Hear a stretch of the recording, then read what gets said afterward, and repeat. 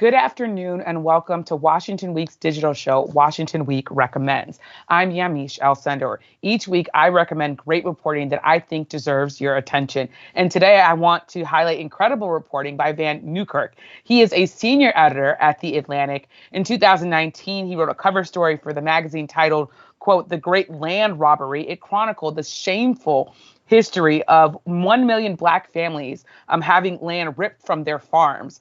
The work inspired a documentary that's coming out today. The film is titled Lowndes County and the Road to Black Power. It tells the story of how Black residents in that Alabama county courageously fought and won the right to vote in the South in the 1960s. And Vann Newkirk joins me now. So thank you so much, Vann, for being here. Welcome to Washington Week Recommends. I want to begin, of course, by showing the trailer for this new documentary. Take a look. Lowndes County was one of the poorest counties in the country. It was 80% African American, and in 1965, there were no Black people registered to vote in Lowndes County, Alabama. It was a dangerous time. People were followed, people could lose their jobs. A lot of Black people came up missing. That's why it's called Bloody Lowndes. It is called that because of the absolute unrelenting violence if you're trying to register to vote. They were literally putting their lives on the line. And they still organize, and still they try and vote. We wanted a movement that would survive the loss of our lives. So Vann, thanks again for being here. Talk a bit about what the mission of this documentary is. What do you want viewers to take away after they watch it? So the documentary is about the Lowndes County Freedom Organization and their struggle, not just for the right to vote, but in order to determine on their own terms their participation, creation of a democracy. And so I think the main takeaway for anybody should be these people sought themselves to determine that. They didn't seek other people to come and lead them. They were not waiting around for freedom. They sought it and claimed it themselves. And that's what I think the main takeaway should be. And I want to ask you, what part of the documentary sticks with you? I know what stuck with me, but I'll save that for a little bit. What sticks with you when you watch this? So when I watch it, I think one really important thing, obviously, there's lots of documentaries about the civil rights movement. I think if you're like me, you probably saw Eyes on the Prize growing up.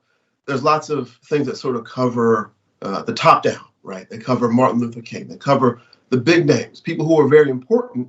But a lot of that doesn't really leave real estate for people whose lives were actually on the line, the people who were registering to vote. So if you watch this film, look out for Lillian McGill. She was a member of the Lowndes County Freedom Organization. Look out for Ruby Sales. She was working for SNCC and came over. People who were negotiating the actual consequences of Jim Crow and overturning it. That to me is the most important part and the thing to watch for and the thing to learn from and grow from. So I want to step back a bit and talk about your own reporting. You talked about these Black farmers whose land was taken from them. Make that connection for me from Lowndes County and sort of what's happening there. I've reported on Lowndes County myself, but for people who are saying, oh, what's the connection there? Explain to folks that connection. Yeah, so in 2019, I think, as you said, I wrote an article called The Great Land Robbery, and it was about a family in Mississippi and how they were emblematic of the larger phenomenon of land theft from Black Americans.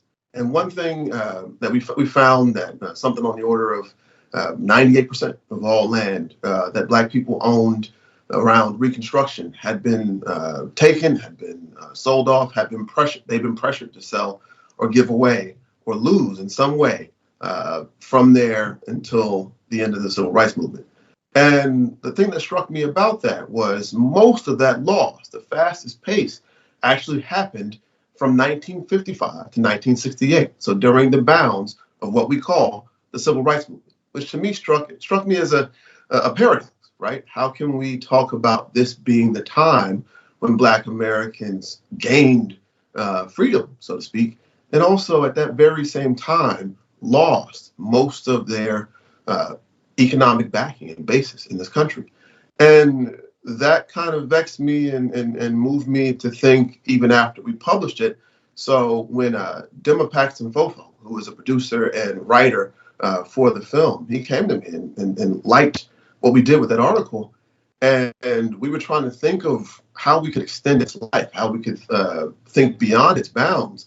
And one of the things that I've been thinking about a lot was right next door, Lowndes County, was how these people were emblematic of that process. People who were negotiating loss and gain during the time we call the freedom struggle. People who were poor Black farmers, who were tenant farmers, who were sharecroppers, who were facing the real consequences of not having a wealth base of land, and how they had to navigate seeking their freedom. It felt like a natural extension.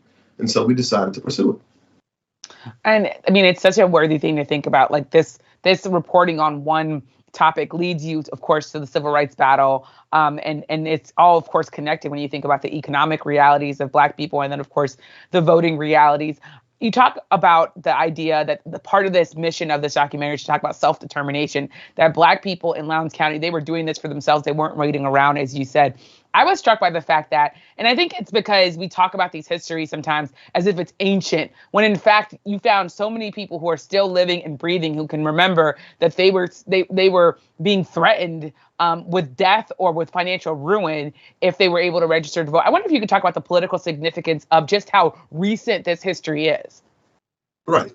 These are not just people who are still living. These are people who are still working, people who still get up, maybe taking grandkids to school, people who are still building, who are part of building and navigating their communities today. And so I think, there's a kind of compulsion often to treat the civil rights movement to only show Black and white photos, for example, to do these really, grainy imagery. And we wanted to show what people who were going and working in Lowndes County today, what they look like, what people who, where they were in their lives. And so when you look at and you see, I think an interview with a person like a Lillian McGill, who to me, she's the same age as my grandparents, people who I talk to and engage with every single day, people who were not even middle-aged adults when I was a kid, right? Like you think about how vibrant and how present she is. And then you also wonder, why is it that we have institutionally pigeonholed the civil rights movement as something that's so far away and so distant? It really is present. It really is a part of their lives, of their children's lives. And they are people who their community, they look up to for guidance. And so it still courses through the veins of all the people who live there. It's still something that's real. It's still something, the freedom struggle is something that's ongoing. Yeah. And that idea that this is coursing through people's veins is very present when you watch this documentary. I was also struck by the fact that in this documentary, there are white voices that are included, not just white voices who were sort of maybe part of the civil rights movement, but also people who were describing Lowndes County as people who were being threatened with violence as idyllic. I was struck by this one woman who said, I thought it was a beautiful place to grow up. I thought it was so peaceful. And then it was when she was basically a teenager, her and her friend were riding in a car, and her friend got mad that this African-American man was waving at them, and that man ended up dead. Her friend complained about him. Come to find out that man was used to waving at that car because he knew another group of white people who used to give him a ride. I wonder if you could talk about the power in including white voices, not just saying, we were part of the civil rights movement, but also saying we were sort of divorced from this reality. We were living a great life. Yeah, I thought that was a brilliant decision from Demma and from the directors, Sam Pollard and Geeta Gambhir. I thought you couldn't really tell this story without getting a perspective and understanding just what the white folks in Lowndes County, who were a minority in that county, what they were fighting to protect. And they were fighting to protect, they built an ideal for white people based on hegemony, based on oppressing Black people. And so I think the way it's presented in the film, it's really instructive. You get to see that sort of how that ideal is maintained. And you see that it is maintained by violence. That's why they call it Bloody Lowndes. You see that it's also hidden often from people like white women who aren't always present to see the consequences of quote unquote protecting them. You get to see that people are actively participating in the creation of a fantasy land. And you see the people who bear the burden of that are the Black people who want their freedom.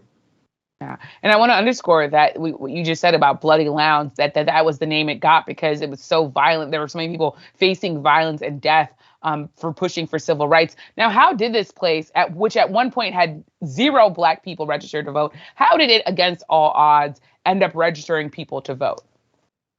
So you look at the story focuses on John Hewlett, who was the first person, came back to Lowndes County after leaving and getting a cosmopolitan experience. He comes back and he decides he's going to register to vote. And so he becomes the first Black registered voter in Lowndes County, which kind of sparks the creation of the Lowndes County Freedom Organization and later the Lowndes County Democratic Freedom Party. So he becomes himself, again, not outsiders, not people who are coming down from Atlanta or Washington to lead them to freedom. He and people around him decide they want to figure out, after the VRA is passed, how they can use the passage of this law to get them registered to vote, not just to register to vote, but to get them to control politics in their county. And so they go and they're already organizing in churches. They end up getting assistance from SNCC in figuring out how to organize, how to keep sustained pressure on that system, and how to inform people about the process. Because if you've never voted, you don't know what the sheriff does. You don't know how to even go and register and cast a ballot. So over the course of a year, really, they engage in 150 years of development of democracy. People learn how civics work. They go out, they learn how to stand in line, how to cover for each other. They figure out a praxis for getting around intimidation. In many cases, they set up tent cities and live and sleep and eat in these tents because they understand that most of them are sharecroppers, and so they can be evicted if they go and try to vote. And again, in a very short time, they develop this entire system that's going to allow them to go and register en masse and vote, and they do it. And in talking about that history, I also want to ask you about the history of the Lowndes County Freedom Organization that initially clashed with the Democratic Party, and then that changed overall. What's that evolution to show us about sort of how things went along and how they were able to, at some point, form an alliance with the Democratic Party? Yeah, so in Alabama in 1965 and 66, the Democratic Party was the party of white supremacy, and it was the only party in the state. So the way they control things, it wasn't really like the general election mattered all that much in Alabama. The thing that mattered was a primary. And so they control things at the level of the primary. And so people had to navigate. It wasn't just like we're going to go and claim our right to vote and go vote for a Republican, somebody else to be the governor. We had to engage at it at the party level. So what the Lowndes County voters wanted to do, if the Democratic Party didn't want to allow them to be a part of that machinery, they decided they were going to make their own thing, the Lowndes County Freedom Party. And so they built that. They called it a Democratic Party. They knew they were going to put candidates in who were likely going to, if they ever were elected, caucus with Democrats. But they understood that they had to essentially make their own party mechanisms and apparatuses in order to even do that. So essentially, the myth that Black people were going to get the right to vote and we were going to create a multiracial democracy immediately is punctured because no white Democratic voters vote for any of the Black candidates on the ballots. And so they realized that the only way they're going to move this thing forward is if they put their own slate of candidates forward as a Lowndes County Freedom Party and vote for them as a Black unit. Yeah, and that's how they tried it. I want to also ask you, as we come to a close here, about how this all connects to the present day. You have people who are pointing out that there are rural Black people whose votes are being suppressed. That's what some critics say of those voter laws that we've seen passed mainly by Republican legislatures. We also have this idea that we're having a conversation about voter fraud claims, and that often is also targeting African Americans, minority populations. Tell me a little bit about what you make of the history that we see in this documentary and the present day fights that we're seeing. Well, I would caution to say that what we're seeing in the documentary isn't necessarily history.